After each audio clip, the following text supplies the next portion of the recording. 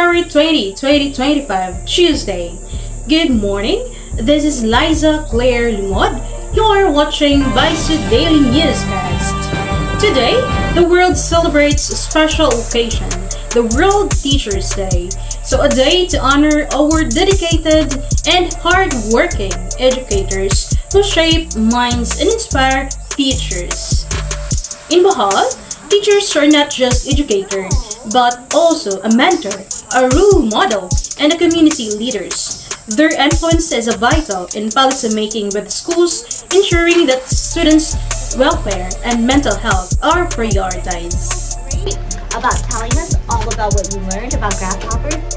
But behind every lesson taught and every student inspired, there lies stories, challenges, triumph, and resilience. In light of this occasion, our team has reached out to teachers to hear their experiences, struggles, and impact of educational policies on their profession. Let us take closer as our field reporters, Shaina and Shaira, interview some of this remarkable individual.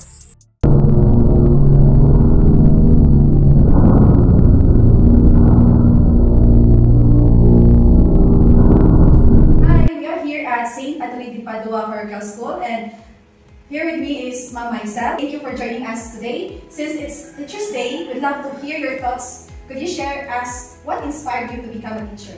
So what inspired me to become a teacher is that I am often inspired by a passion for sharing knowledge and making a difference in students' lives. And aside from that, I am also motivated by my previous teachers who guided and encouraged me to become an educator. And aside from teaching, helping the students to discover the value of education is one of my goals also. And of course, the joy of seeing students grow and succeed also drives me to pursue teaching. Wow, that's truly inspiring on myself.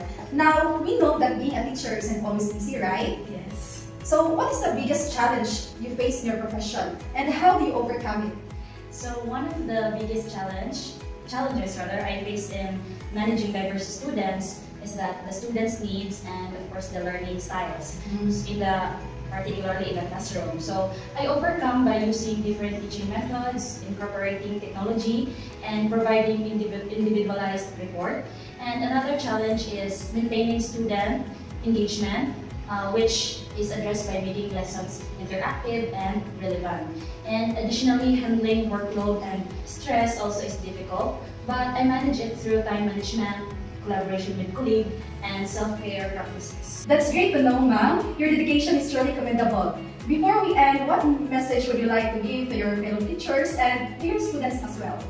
So to my fellow teachers, your dedication and passion shape the future. So keep inspiring, guiding, and making a difference every day. And to my students, never stop learning, stay curious, and believe in your potential to achieve greatness. Because together, we create a brighter tomorrow through education and perseverance. Alright, thank you so much for sharing your experience today, Ma'am Maisel. Your passion really makes a difference. Thank you also. Good afternoon, ma'am. Good afternoon, Ma'am Shaira. Okay, for our Teachers' Day celebration, we're going to highlight the different roles of teachers. So we have here Ms. Elvira Racket, our designated guidance counselor here at IAP. So I have here a few questions for you, ma'am. So my first question, how do you balance your role as a teacher and a guidance counselor to effectively support students academically and emotionally?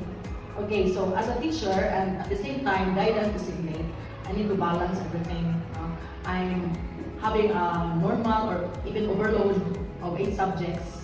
So I see to it that I have time for the children at the end of the classes. So from 3:45 to 5 o'clock, that is my time to settle whatever problems they have. And I am being informed by the vice mayor of each class because we have the so-called VP society. So I see to it that my VP society are active in reporting or narrating, writing into like a report of what happens in the class, each subject. At the same time, they also need to tell me what are the good news, not just the bad news. So that when I will see them the following day, I will acknowledge the good news. Somehow it will also boost the children to keep on doing their best because their efforts are acknowledged. And with that kind of follow-up, it's effective because they don't like restarting in the report, being the bad news. So sometimes if I really need to do some immediate action to a problem, I will call them during lunch break because the lunch break, I think I have 30 minutes to have time for them. So they go here. I don't really have my office, but I just make this classroom as my office. Sometimes there are a lot of children there, writing their written report of what happened, why I'm able to do it, what is my resolution. So that somehow they will improve their expressing into English, and then yes, even in the classroom, since I am handling Filipino, that Filipino is wika and pagbasa. So in the pagbasa, the stories there are having values, related to values. So doon mapasok yung mga values nila na I have to highlight those things for them to be reminded of the proper behavior. So far here in Saima, our kids are really manageable. We don't have, we can attest to that, this is your second year, that our kids here are really manageable. They are well disciplined children. Maybe there are some who can forget to control themselves, but I think the factor also there is the teacher itself. If you are very good in your classroom management and discipline, then it follows the students will also behave in your class. So I think I'm able to balance my time as a full-time teacher and at the same time guidance designate. No? Because having the load of grade 1 to grade 7 Filipino, I have the venue every day to see the students, and I even told them to express or write it down and send me the letter. I don't encourage them to chat me, Mom. Why? Because sometimes they will chat me beyond the time now. It's already night time, and I don't like to be bothered with problems whenever I'm home. So I rather receive a note, a letter, and we will talk rather than exchange chat. I don't encourage them to chatting. Okay. Sometimes I will be bothered with the problem. It's already night time, so it's better they write something, and you know it's not really easy for the kids to express. Some kids, they're having a hard time to share what is really the problem. They want to keep it. So I have to encourage that you have to express, that you will not keep it in your heart, and it will be a reason that you will be sad, you are burdened. And maybe perhaps because I am already like experienced looking at them when I am discussing, I can sense already that this kid is a problem. He's like, or he or she is not really focused. So after the class, I will ask just casually, are you okay? Yes, Mom, but you don't seem to be. You see me, let's talk. And then time you will express the problem. So there is really a problem that they cannot express. And it is seen in their facial expression when we are discussing. That's why for teachers, we also need to know the status, the problem of the children, so that we are aware, why are the behavior, why is the behavior like this? Maybe there is something wrong or the problem in the family. Some children will think we can also witness that we just burst into crying all of a sudden, no? So far, I can balance it, no problem. It's already my 11th year of being a guidance designate.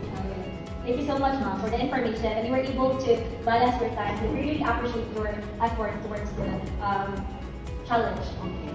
My second question, Ma'am, what strategies do you use to help students facing personal or academic challenges? So for this, I situate that I use the student-centered approach. So we are more of the students, no? Active listening. Like there are, as I mentioned a while ago, there are some children who are having hard time expressing. So we really need to encourage them. And if there's some kind of heavy problem, they are referred to Monsen. Because the directors, we refer it to Monsen. Just like last time we have a meeting about a class, so the students were mentioned in the meeting that they have a behavioral problem. I talked to them right away to settle the problem, and then at the same time the mother was there, so I also asked, and then that student said, "Mom, I promise I will change my behavior." So we really need to do the action right away to solve some problems.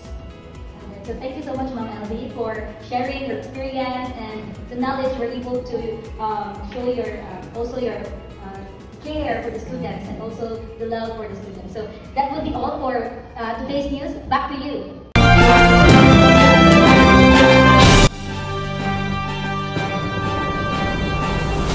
Thank you, Shai and Shaina. That's all for today's special day coverage. And this is Bison Daily News. Thank you for tuning in, and to all our educators, Happy Teachers Day. This is Liza, and thank you for joining us.